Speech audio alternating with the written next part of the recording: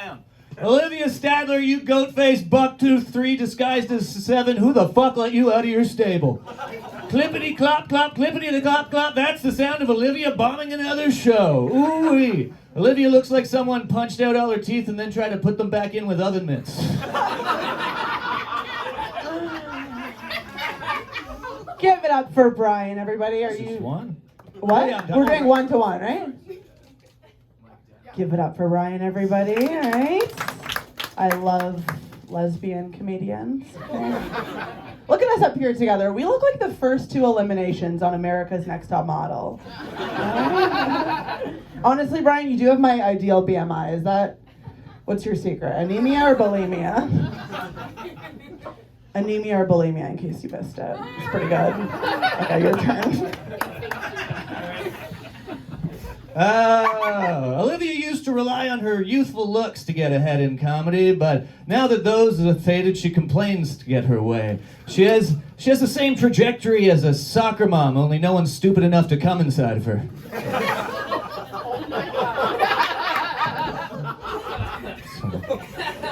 I'm sorry. Thank you, Machine Gun Smelly. You know, I do really feel bad for Bryan. He lost his job in the pandemic, right? Because you can't work remotely at Hot Topic. No, Bryan doesn't he never worked at a Hot Topic. He worked in front of a Hot Topic scouting teenagers to be models. That sounds like a good job. You bland, forgettable queef of a comedian. Not only are you a shit comic, you're a shit female comic, which is the most shit kind of comic there is. I did like the name of Olivia's album, though. It was very fitting. Pretty for a comedian, not for a lady. Funny for a lady, not for a comedian. Again, I'm sorry. I'm a fan. Bryan. He's skinny, white, and take it from me, absolutely reeks, okay?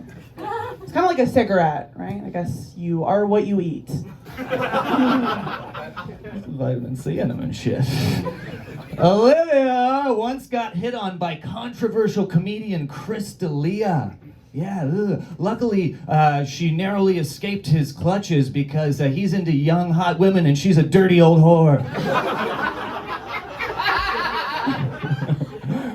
You know, I thank you so much. I actually don't know a lot about Bryan, really at all, so I DM'd him and I asked him a bunch of questions about himself and he refused to give me any information about himself, so I'm like, fine, I'll just call you a ugly, stinky pedophile if you insist, you know?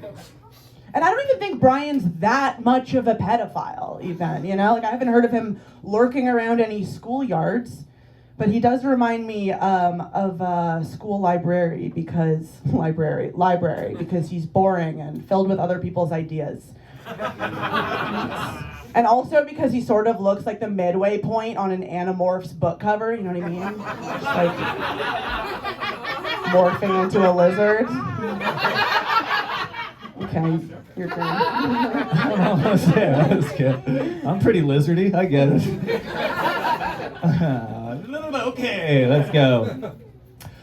Fuck, you're weird looking, Stadler.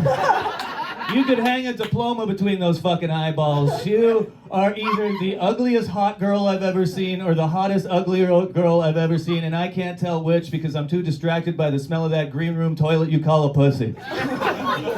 Olivia's snatch is so full of amateur comedians, she calls it the open mic.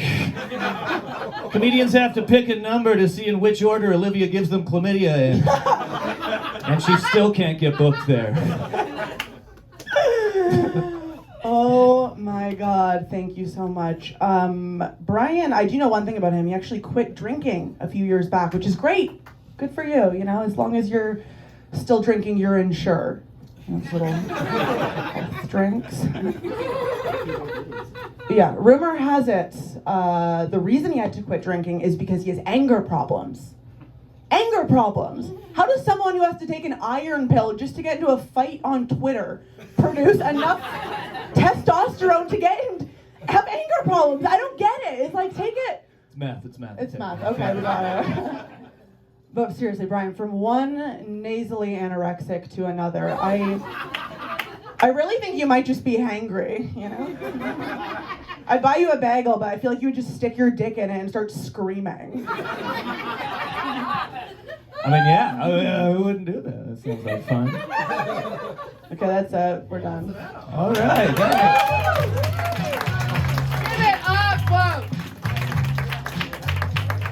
What a great way to end the show. Judges, what do we think of this battle?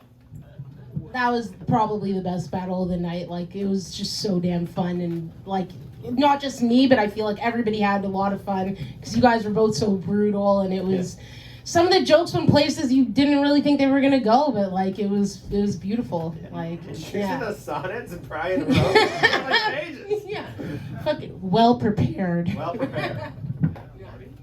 Absolute fucking gnarly battle. So stoked. It was a good time. Your sentences get shorter and shorter as the show goes. Because I bullied her into it. Yeah. I mean, Bullying works, guys. Yeah, bullying works. That's the slogan of this show. Roast Battle Toronto. Bullying works. Do it to your kids. I mean, I think we were all into it. This was a fantastic way to close the night. So yeah, good job, both of you. Loved it. Loved it. You go first now. Go ahead, Marty. No pressure, Marty. No pressure. You look stuck. I really liked the contemporary style to your writing, Olivia. You know I'm a fan of yours. I loved all the anorexic jokes. She But can relate.